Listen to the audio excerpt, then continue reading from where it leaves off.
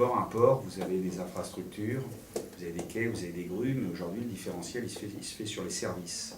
Et la sûreté et la sécurité, c'est un élément clé aujourd'hui du choix portuaire en matière de services. En particulier pour tout ce qui est produits de luxe, IT, produits sensibles, où on sait que dans les appels d'offres européens et internationaux, ça fait la différence. C'est dans ce cadre que le Grand Port Maritime du Havre a décidé il y a quelques années d'être certifié ISO 28000, sûreté et sécurité. On a été le premier port en Europe. C'est-à-dire que pour nous, c'est un investissement extrêmement lourd en matière de différenciation. Et on pense que dans les années à venir, c'est un point supplémentaire pour nos clients qui vont choisir le passage par le port du Havre.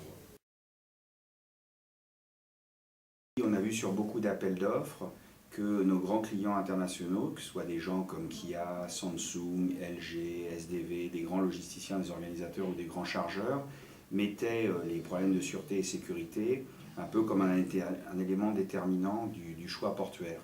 Donc pour nous, c'est des investissements importants puisqu'ils portent sur le service.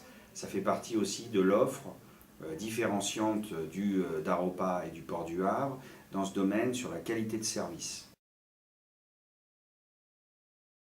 Comme pour la sûreté et la sécurité, aujourd'hui, on a en matière de développement durable de plus en plus de grands clients qui incluent dans leurs appels d'offres ce qu'on appelle le green business, avec des éléments de choix en fonction des émissions de CO2, voire des calculs des éco-comparateurs et des systèmes poussés en matière de bilan carbone et autres. Donc nous, à Aropa, on s'est développé d'abord parce que notre colonne vertébrale, c'est l'ensemble de l'axe Seine, et on sait très bien que les modes complémentaires au transport routier comme le fluvial ou le ferroviaire permettent de répondre à ses clients. On a eu des expérimentations avec Monoprix, qui a choisi de concentrer l'ensemble de ses flux sur l'axe Seine. Donc pour nous, c'est un élément, encore une fois, de différenciation par rapport à nos concurrents nord-européens, et c'est aussi une solution nouvelle, puisqu'on voit qu'on a triplé les volumes de colis lourds et de projets industriels qui passent par Aropa et par l'axe Seine, en proposant à nos clients une solution alternative aux autoroutes sur d'autres ports concurrents.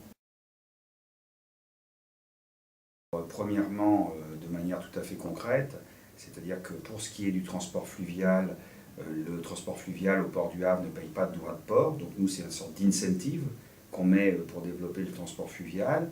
Deuxièmement, on a développé pour les armateurs un système avec le port de Rotterdam qui s'appelle European Shipping Index, qui permet aux armateurs d'avoir des réductions sur les droits de port pour les navires les moins polluants, les plus verts.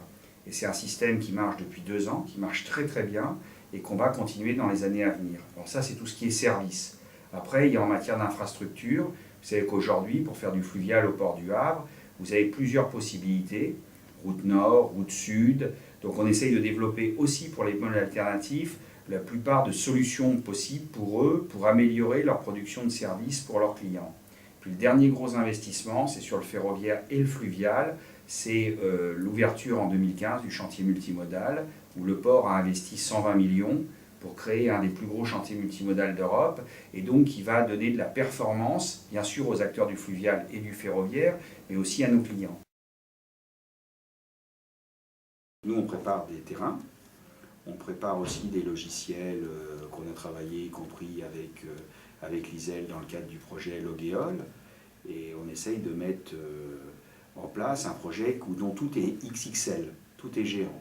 Donc ce qui est pour les ports, c'est avant tout de l'emploi, des usines, des préparations. Donc nous, globalement, voilà, on travaille avec les entreprises qui ont choisi de s'implanter, et puis avec l'ensemble des acteurs, y compris le monde de la recherche, les écoles d'ingénieurs, pour faire en sorte que ça soit un succès, parce que c'est vraiment tout à fait novateur, et puis c'est un projet qui est passionnant pour la région et pour l'économie française.